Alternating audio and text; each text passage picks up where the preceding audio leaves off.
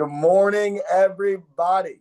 Pat O'Malley, co-host of the Keep Going podcast, athlete shining a light on mental health. I do have Run SMD on our podcast this morning. I made that nickname up earlier on during the week, so I hope that's okay. David Mitchell is back in the building as well. Big Dave, what's up, baby?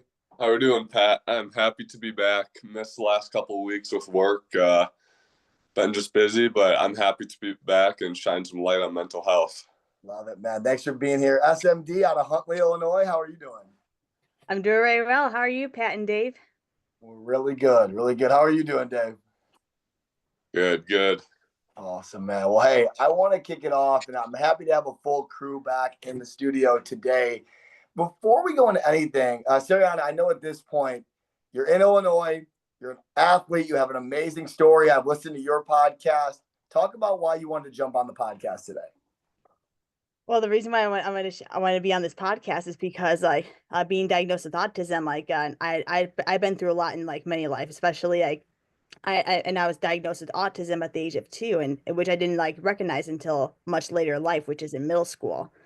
And so, and I had that many doubts from my family, not my family, but my teachers from high school, saying that I wouldn't be able to handle athletics and academics in a 4-year university setting, and that they told me I should go to a community college before going to a 4-year university. And of course, I was in special ed at the time, until my sophomore year of high school. And so, and I was like, you know what, I had enough. So that's why I chose to keep working hard. And even though only having 18 on the ACT, I still was able to go to Upper Iowa. And it was the only school I ever applied to. And then 4 years later, and I'm a UIU alumna with not only my name on the cross country and track records, which is the 10K. I'm also a graduate of 2021 with a bachelor's in communication studies, mass media. And then a year later, I graduated in 2022 from Drake University with a master's in brand communication. And so today I'm the associate marketing manager for Digital for Good and I Can Help, which is a nonprofit organization that teaches us that teaches students and of course us as social media freaks. And so that's why, of course, I am a social media freak. And so it teaches us how to be positive online and of course and prevent cyberbullying, which is a high issue. And so we're trying to break out the negativity and then spread positivity through online and within the community. That's amazing. It's a couple of things to just start off. Thank you for all the awareness that you spread in the mental health world and everything that you do in your daily life. I mean, you were someone that connected with us and we had 10 followers. I'm not blind to that. Thank you so much for doing that. And thank you so much for being along with us during the journey. The second thing I'd say is how inspiring that is, because as a former college student athlete, as a college coach, everybody truly has their story. And to see yours kind of unfold over the last couple of years at great universities like Upper Iowa and Drake, it's just inspiring for me. And I'm just, if you can't tell, I'm super excited to have you here. Dave, anything on that? Yeah, no, that is super inspiring story to start. I did not know any of that background going into this today. But that's truly amazing, and you should be proud of where you are today. I agree. And I guess what I would say, yeah, go ahead. SMD, what I would say is this. What's the next step for you? You talk about getting 2 college degrees. You talk about being in your job right now. What are you currently working on? Well, I'm currently, like I said, I'm currently working as a volunteer. This is called the volunteer associate marketing manager. And of course, right now, I've been struggling to find a job within social media marketing. And here's the long story though, because as I got out of the Disney College program, and after that, and ever since 2022, I have been struggling to find a job within brand communication and of course social media marketing and content creating. And so that's why I chose to use social media to inspire others with my story. And so, because of course, everyone has a story, like you mentioned before. And I looked at every job. I tried to apply for every job, and I had good interviews. It's just I got rejected on some of because either I'm not even qualified, or do I not have enough experience. And so and then it wasn't until and I had and I went to North Carolina to work a temp service at West Rock, where I edited documents for the ISO audit in May 2023. And that was only a contract position. And after that, I've been struggling a little bit for the most part. But then that wasn't until I found Digital for Good and I Can Help. I go and along with the founder Kim Carr, who is also an upper hour alumna, like myself, and so she. And as a fellow Upper Hour alumna, she and I have been working together since 2024, along 2023, where I was the volunteer for digital media committee, and after that, I was the lead content engagement marketing intern. And then, of course, my marketing manager up to the associate marketing manager, and so that's where Amazing. that's why we create like campaigns. I've been creating like campaigns, like creating content within those campaigns, and of course promoting our upcoming Digital for Good Summit, which is in February 10th, which is this month. And Love and it. so right now I'm looking to do like not only being a social media marketing person, of course, content creating like I enjoy doing. I'm also a I'm also following my dreams of becoming a motivational speaker and actor, and so that's why I'm been doing like voiceovers like for like and I've been doing voiceovers for my two short films I have. So which is like so one of them is called More Than a Student Athlete: A Letter of Gratitude for Running, and and I have a recent one I will release in this month, which is called Dehmlow, the Good Samaritan of Upper Iowa University, and they're both based on my blogs I wrote on Medium. And so, as far as the gratitude for sports one, for More Than the Student Athlete, on a letter of gratitude for running. And so, after the audience side watches it, I want the audience to not only learn how to have gratitude for their families, friends, mentors, coaches, educators in the communities, but also have the but also for the sports that changed their life as a whole. I prepare them for life after sports, and of course, teach them the life lessons on and off the athletic fields. And so, and with his lessons is like I mean athletics it's not always about the achievements. It's always about having gratitude for the sports that that of course how far you have come through the sport. Yeah, that is so beautifully spoken. And I appreciate you breaking it down because I think for our audience today, that's mostly aspiring athletes and coaches and college players, as you might imagine, just the mantra of just not caring what people think and just continuing to progress. I think that's so inspiring. Dave, what do you got? Yeah, on that piece of gratitude piece, how do you think gratitude affects your mental health personally? For me personally, for gratitude, I mean, I love to have gratitude like within like my personal life, but also and in gratitude, it will change your life like physically, mentally, emotionally, spiritually, and of course socially. Because like without gratitude, you wouldn't be the person that you are today. And so we need gratitude for like not only and even though like yeah, you may some people may not like sports, like some people may not competing in the sport, and some may not like their coaches. Of course, I love my coaches and everything like that because that's how they changed my life as a whole.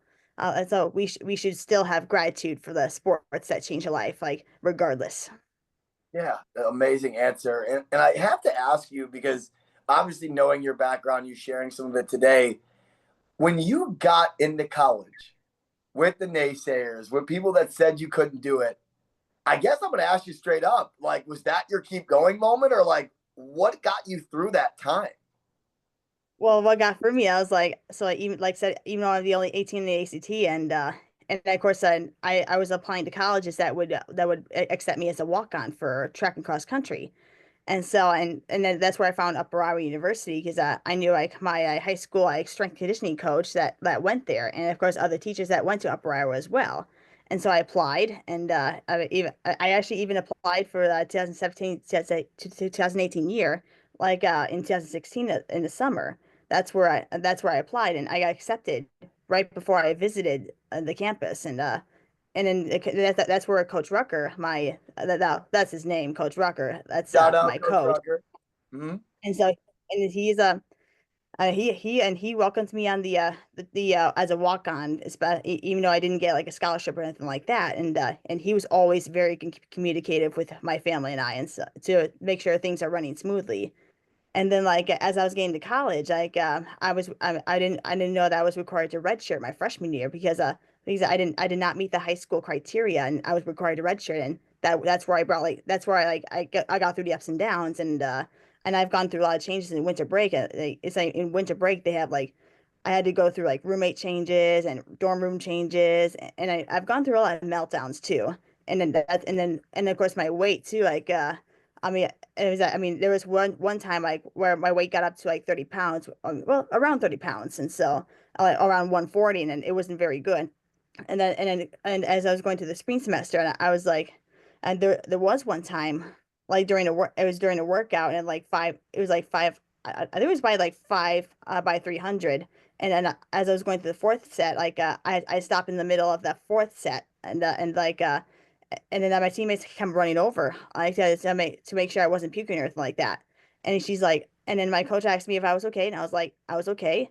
And then the final like the rep of the 300, and then as the fifth rep, and I stopped because I started crying because I felt like I couldn't do it, and then and I've gone, and then there was some times like I thought about quitting track and cross country, and of course college overall, and I was like crying and crying. And then my teammate come up to me and encouraged me to finish the workout, and that's all. And even I mean even though like I mean that was a terrible experience, but like and then that's why I realized if something was wrong. So I saw the wellness counselor, and I told her about my thoughts, and the same thing with the disability person that I saw, like because I had autism. That's where I have access to that one. And so like after this term three of spring break, and spring break at the term three, I was like I need to make a change. And so I decided I'd get between like 125 to 135 pounds. That's where I wanted to be as in a weight, because of course I was a distance and mid distance runner. And Right. so like and so I was like, you know what? And that's why, even though despite having to redshirt my freshman year, I still had a great freshman year, and I decided to be patient, keep working hard, and get the grades I need to be eligible for next year. And Yeah. so and so like I mean, like I said, my freshman year is not always great, but I learned that mental health is extremely important, like regardless, especially for athletes. Yeah, you chose to lean on your support group when needed. You chose to lean on professional help and really not say, okay, I'm a red shirt, I'll just sit around. You chose to dominate your red shirt year, which I think is super powerful. Dave, go ahead. Yeah, that's awesome. Throughout the journey, through going through that adversity, you just kept on pushing through. You had good teammates around you, and I think that's a really important part of mental health is relying on your teammates, relying on the people around you to get through those hard times. Transitioning into a mental health part of it, what are you doing now in your everyday life for your mental health? Great question. For mental health, like for me, honestly, like obviously I do my Thursday reminders, like which is like kind of a mental health, and like Yeah, that's where I put every Thursday for that one. And so like as for mental health, I usually I still wake up every early morning and getting my workout in, and of course like I'm making sure I take breaks like when I need them. I mean, especially me being like a filmmaker too, and of course being a content creator, and then making sure I mean, of course I stay organized for like mental health wise, because if you're not organized, you're like more likely to get stressed out for the most part, like you know what I mean. Yes, no doubt. I think that clutter, if you got clutter around your life physically or clutter mentally, it's really tough to get through it some days. I completely agree. What I want to do now, and this is something where you might have touched on, I know I asked a little bit earlier with that keep going moment, right? Was that your keep going moment in college, or do you have any other areas you go back to and go, holy crap, I can't believe I got through that? I mean, it actually is a little bit of both actually, and the first of all, like my keep going moment is like keep going moment. I was like never give up on your dreams, and it I mean, and if it, and then that's where I in my sophomore year, I was finally eligible to compete my freshman year, or not my freshman year, my sophomore year, and after I redshirted my freshman year, and then I now like practice as a not only a happy but also a prepared athlete. And like, and then for Upper Iowa, I like led the team 7 times in cross country. And of course and my best time was a 24 minutes and 39 seconds for the 6K. And so like and of course my teammate one time who welcomed me, and of course I by the way I have two teammates that welcomed me on the track and cross country team, like even though I never previously participated in the sport in middle school or high school. And they shared strategies with me and helped me to form a bond with the entire program. And so and then those same ladies were the person that were the people that helped me get through my first cross country season. And it was, I mean, of course I led like 7 times in cross country, like I mentioned before. And then that's one of my teammates and friends, a very good friend of mine, of course we still keep in touch. And so and that's why, and she helped me to get through that cross country season. And I mean, she was only able to run like 2 meets with us because of an injury with her hip. And so, and then she's been going through like ups and downs, and that's why, and I feel like it was my turn to be there for her, and she was there for me like during my freshman year where I had to redshirt. But then after I seen her like ups and downs with her injury, and then that's why after every meet I FaceTime her. He's like, not only do I want to be a good friend for her, but also be there for her support. And so basically, that's why you should always have like true friends, especially so true friends. They're actually like your family. Mm. Yeah, it takes a village. I just keep getting lost for words, Dave. Like, this is incredible stuff, man. I hope you got something to say. Yeah, that's amazing. Amazing part of your keep going moment. And now you're impacting other people's lives as well. And it's not only about you, and that's what it's all about, impacting other people, making other people feel a little bit better if you can. Yeah, like your story is honestly just triumph, tragedy over and over again. And you're still here with this big smile on your face. And if you've looked at me, I have not stopped smiling. And Dave's the same way. Like, that's a huge compliment to you, because unfortunately, like, sometimes you leave conversations and nobody's cup is full, including yourself. This has filled my cup today, overflowed. And I'm just very grateful that you shared your story. But I'm not done with you yet. I do want to go into questions. I will go to Big Dave. Go ahead and lead us off, Dave. Yeah. At the end of the day, who do you want to be remembered for? Well, I would love to be remembered for not only my love for my university and community at Upper Iowa. I also want to be remembered as a genuine person who inspires others, like despite their disability, and of course someone who thinks of their disability as an ability to learn, grow, and of course be like other people and be inspired by other people. And so so for example so I had my very good friend of mine I was talking about she actually did cross country like way before I even joined, and she had a very kind person who got married last I think it was like last July, and Yep. she's like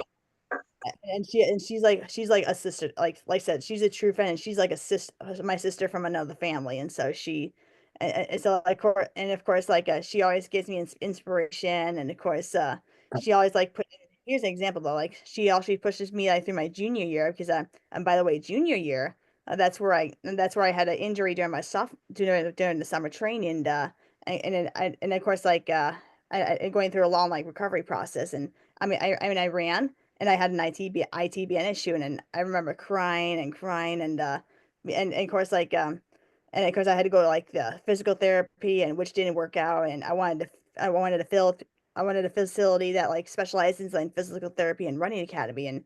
And at first my mom refused, but then when I cried to her like on the phone after my run, she said, okay, well, check it out. And then luckily no tears, no tears, or no swelling or anything like that. And so this place in like which is called Smith Physical Therapy Running Academy, they helped me to get back on my feet. And then after my those sessions, like I not only was able to run without pain, but also with proper running technique. And then Right. and of course and of course like junior year during practices, that's where I fell out, because and I feel like I didn't do so well in my like cross country races. Most of my cross country college cross country races. And so and because I feel like in practices I feel like I remember feeling frustrated, because I feel like I was afraid to compete, and I was afraid to compete, and afraid I might get injured again. And so that's Right. why I became frustrated.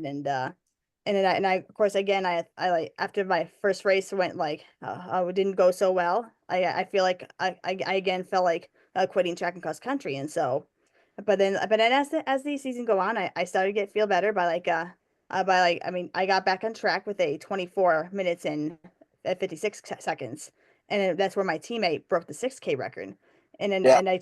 that's why and of course like but then later and I felt a lot better, so things got a little better. So I got even before COVID. So and of course of course I broke the mile record, and then she broke the record again during that one track meet. That's where my teammate and we ran the mile together.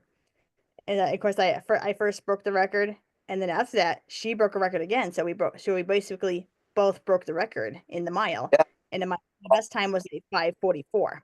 And Yeah. so what I learned from it is like even though I only had 2 seasons of cross country and track because like not only being a rusher my freshman year, but also COVID season, Yeah. I still grateful that cross country taught me the life lessons that I'll never forget.